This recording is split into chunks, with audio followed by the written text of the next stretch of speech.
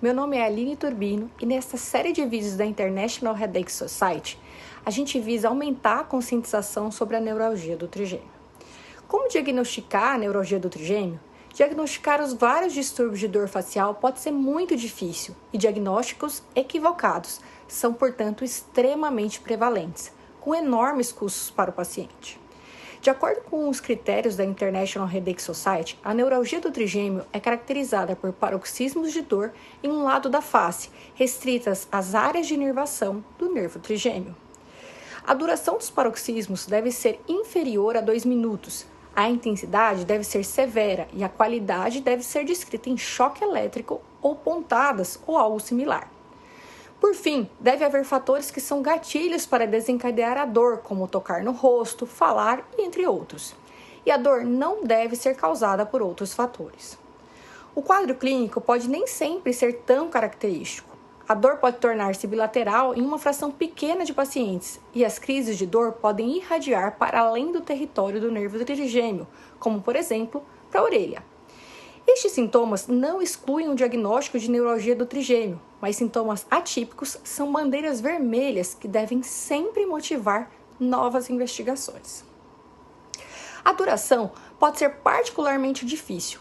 Os pacientes podem relatar que as crises de paroxismo de dor têm duração superior a 2 minutos, por exemplo, por 10 minutos e às vezes os pacientes experimentam dores com uma duração mais longa e de mais forte intensidade e se lembram principalmente dos poucos ataques longos que são atípicos, enquanto a maioria das crises de dor é de curta duração. O diagnóstico deve ser feito com base nas crises de dor típicas. Até 50% dos pacientes terão uma dor de fundo menos intensa, mais ou menos constante. Às vezes, isso faz com que o médico duvide do diagnóstico de neuralgia do trigêmeo. No entanto, esse é um achado normal e estes pacientes devem ser subclassificados como tendo neuralgia do trigêmeo com dor contínua concomitante. O exame neurológico geralmente é normal, mas estes testes sensoriais minuciosos, anormalidades sensoriais sutis podem ser detectadas em aproximadamente 30% dos pacientes com neuralgia do trigêmeo idiopática ou paroxística. No entanto, o achado de anormalidades sensoriais são sinais de alerta que devem levar a investigações adicionais, como, por exemplo, para esclerose múltipla ou doenças do padrão oncológico. Se uma causa dentária não tiver sido excluída, o paciente deve ser examinado por um dentista com experiência em neuralgia do trigêmeo. Todos os pacientes devem ser submetidos à ressonância com foco específico em verificar o grau de possível contato neurovascular para poder subdividir os pacientes em neuralgia do trigêmeo idiopática ou neuralgia trigeminal clássica, onde encontramos o contato neurovascular com alterações morfológicas do nervo no exame de imagem, pois isso tem consequência para a tomada de decisão sobre quando encaminhar este paciente para a cirurgia.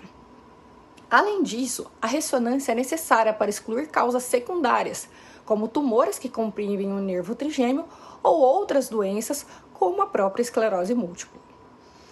Existem vários tipos de dor facial além da neuralgia do trigêmeo, mas a neuralgia do trigêmeo é a mais conhecida e, portanto, a maioria dos pacientes com dor facial é encaminhada aos centros mais experientes com o diagnóstico de neuralgia do trigêmeo.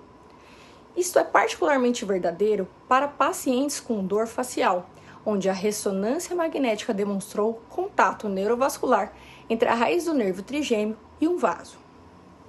Entretanto, o contato simples, ou seja, sem alterações morfológicas do nervo, é visto em 78% dos casos.